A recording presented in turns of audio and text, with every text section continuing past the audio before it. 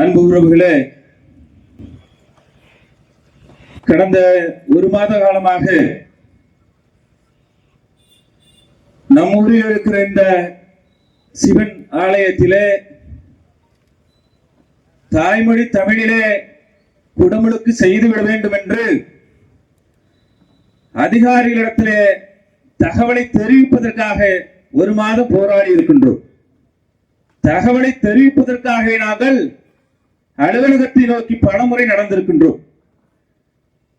கையிலே கொண்டு செல்கின்ற காகிதத்தை வாங்கி பார்ப்பதற்கு வக்கற்று அந்த அறைக்குள் கூடியிருக்கிறார்கள். நோக்கம் என்னவென்று எங்களுக்கு புரியல. இன்று போய் எப்படியும் நாளை வருவோம், பெற்றுக்கொள்வார்கள் என்று நம்பினோம். ஆனாலும் அதை மறுப்பதற்காகவே ஒரு மாத காலம் எங்களை அலைக்கழித்திருக்கிறார்கள்.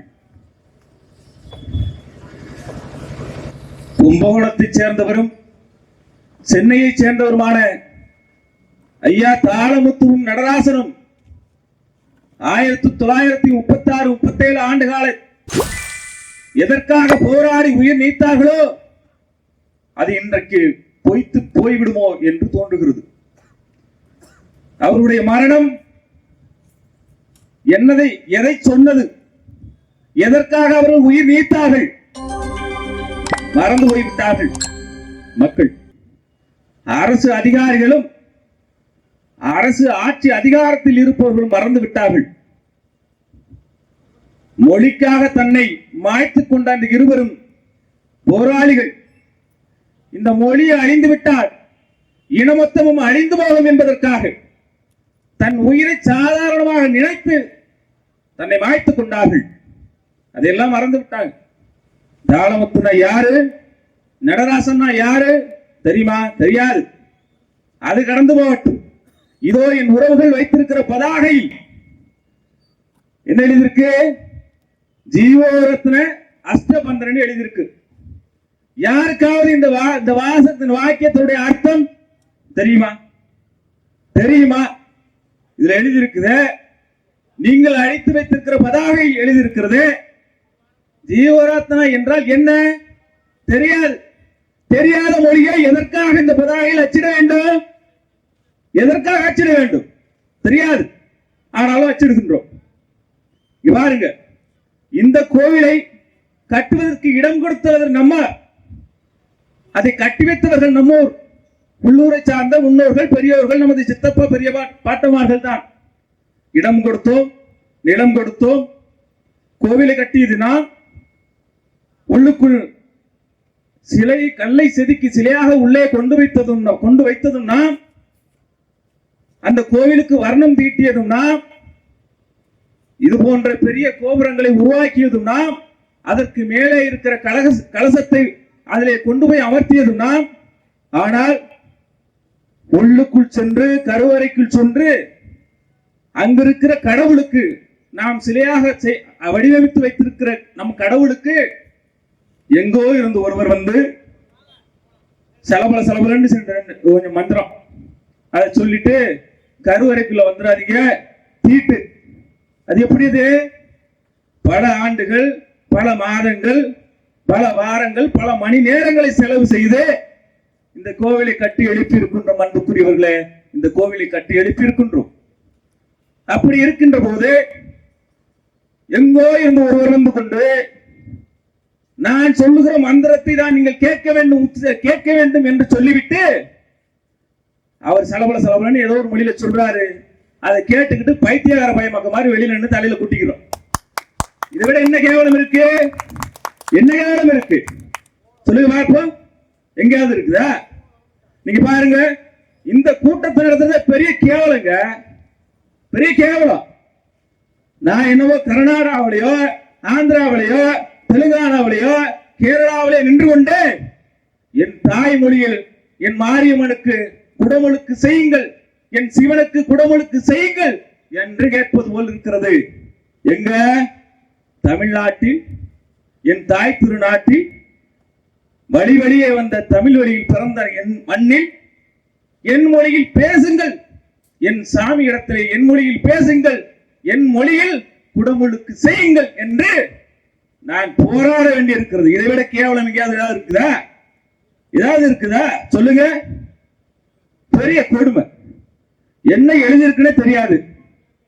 எல்லாத்துக்கும் தயாராயிட்டோம். நல்லா புரிஞ்சுங்க. ஒரு நாட்டின் மீது குண்டு போட்டல கொள்ளணும் இல்ல, அந்த மொழியை அழித்து விட்டால் அந்த இனமா அழிந்து போகும். அதான் உண்மை. அதைத்தான் தொடர்ந்து செய்து கொண்டிருக்கிறார்கள். நல்லா யோசிச்சு பாருங்க. என்ன செஞ்சிட்டாங்க இவங்க?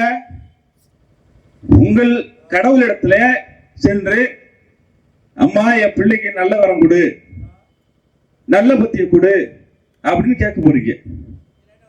கோயிலை இவ்வளவு கஷ்டப்பட்டு கட்டி உங்களுக்கு அரை மணி நேரம் உள்ளுக்குள்ள இருந்தா அதுக்கு பூஜை செய்ய உங்களுக்கு தெரியாதா? என்னைக்கு இவர்களை நீங்கள் உள்ளே விட்டீர்களோ அதுதான் இன்னைக்கு போராட வேண்டி இருக்கிறது. அன்னைக்கே கோயிலை கட்டுறீங்க, வர்ணம் அடிக்கிறீங்க, கலசத்தை வைக்கிறீங்க, சிலையை செதுக்கிறீங்க, மலையை உடைச்சு எல்லாத்தையும் கொண்டு வந்து சிலையாக்கி கோபுரமாக்கி சுற்றுச்சுவர் எழுப்பி எல்லாத்தையும் வச்சுட்டு ஒருத்தனை கொண்டு வந்து உள்ள விட்டுட்டு அரை மணி நேரம் செலவு ஓத விட்டீங்க பாருங்க. அன்னைக்கு நீங்கள் செய்த, என் முன்னோர்கள் செய்த தவறு இன்றைக்கு நாங்கள் வீதிகளை நின்று சிறு பிள்ளைகள் போராட வேண்டி இருக்கின்றது. என் மொழியில் தண்ணீரை ஊற்றி கலசத்தை கழுவு என்று. இதை விட கொடுமை எங்க இருக்கு? தமிழ்நாடு முழுவதும் போராட வேண்டி இருக்குது. எங்க மொழியில பேசுங்க, எங்க மொழியில பண்ணுங்க, எங்க சாமி கிட்ட காதல சொல்லுங்க சொல்லுங்க. வேதனைங்க, அதெல்லாம் பெரிய வேதனை. நாங்கள் எத்தனை வாரம் அங்க வர்றோம்? மனு கொடுத்தாச்சு. மனு கொடுத்து நாங்க எதுவுமே நீங்க போனே எடுக்கல. அலைபேசி தொடர்பு கொண்டால் இல்லங்க அவர் வரலங்க, வேற ஒரு ஊர்ல இருக்காருங்கிறீங்க. என்ன வேலை அவருக்கு? சரிங்க, 4 கோயிலை அவர் பார்க்கிறாரு சொல்றீங்க. பாருங்க, 4 கோயிலையும் போய் பார்த்துட்டே நிக்கிறார் அவரு. இந்த அதிகாரிக்கு என்ன வேலை? 4 கோயிலையும் கோபுரத்தை அப்படி பார்த்துட்டே நிக்கிறதா? பார்த்துட்டு வர வேண்டியது என்ன? பார்த்துட்டீங்கன்னா என்ன வேலை போறோம்? எதற்காக இந்த அலுவலகம் இருக்குங்க? அங்க இருக்கிற அதிகாரிகளுக்கு இங்க இருக்கிற நான் என்னுடைய வரிப்பணத்திலிருந்து சம்பளம் கொடுக்கிறேன். இங்க இருக்கிற நீங்கள் உங்களுடைய வரிப்பணத்திலிருந்து சம்பளம் கொடுக்கிறீங்க. நமக்கு வேலை செய்ய வந்த வேலையாட்கள் இவர்கள். ஆனா பாருங்க எவ்வளவு திமிரு, அதிகார திமிரு. ஏன் இந்த திமிரு வருது? இந்த ஆட்சி அதிகாரத்தில் இருக்கிறவருடைய அல்பத்தனம். அதனால திமிரு இவர்களுக்கெல்லாம். ஒன்னு சொல்ற, நல்லா தெளிவா கேட்டுருங்க. என் தம்பி நிறைய பேச வேண்டியிருக்கு. இந்த கோவிலில் தமிழில் குடமுழுக்கு செய்ய முடியாதுங்கிற நிலை ஏற்படும் பட்சத்தில் நாங்க யாரோட அனுமதி வாங்கப்பட்டோம்? எல்லாருக்கிட்டையும் ஒலி வாங்கி ஒலிபெருக்கி இருக்கு, கையில வச்சிருக்கிறோம். ஒவ்வொரு அலுவலகத்திலையும் சுத்தி எடுத்தாந்து மாவட்டம் முழுக்க இருக்கிற நாம் தமிழ் பிள்ளைகளை திரட்டி கொண்டு வந்து வச்சு நின்றுக்கிட்டு நாங்க மந்திரம் ஓதுவோம். தமிழ்ல நிச்சயமா செய்வோம், செய்து காட்டும், நடத்தியே தீருவோம். என்ன பைத்தியகாரம் உங்களுக்கு நாங்க கெஞ்சிக்கிட்டு இருக்கணும்? எங்க மொழியில பேசுங்கிறது செய்வோம். நீங்க இப்ப என்ன சொல்றாங்க? என் மாவட்ட செயலாளர்கிட்ட கூப்பிடுறாங்க, சுந்தர்கிட்ட. நாங்க 20 பேரை கொண்டு வர்றோம், ஓதுவார 10 பேரை கொண்டு வர்றோம். ஏன் அன்னைக்கு உன் காதுல நாங்க ஓதுனது விடலையா? இப்ப என்னது? நாங்க போராட்டம் அறிவிச்சது பிறகு ஏன் உனக்கு இது வருது? அப்ப எங்க போயிருந்த எத்தனால இவ்வளவு செலவு பண்ணி நாங்க இதெல்லாம் எதுக்கு இங்க செய்யணும்? எல்லாம் நீங்க ஓட்டு போட்டு எங்களுக்கு எம்எல்ஏ எம்பி எம்எல்ஏ நிக்கிறோம். நாங்க கார்ல இறங்கி வந்து டக்குனு மேடை போட்டு வச்சு இறங்கி பேசிட்டு போறதுக்கு. இன்னைக்கு நாங்க எல்லாத்தையும் 50 பிச்சை எடுத்து வந்து மேடை போட்டு நிக்கிறோம். எதுக்கு? 50 காசு இந்த கவரை வாங்கிட்டு வேலை பார்த்திருந்த வேலை முடிஞ்சிருக்கும்ல. நிச்சயமா சொல்றேன், நடத்துவோம். பெரிய அளவுல போராட்டமா மாறி போயிரும்.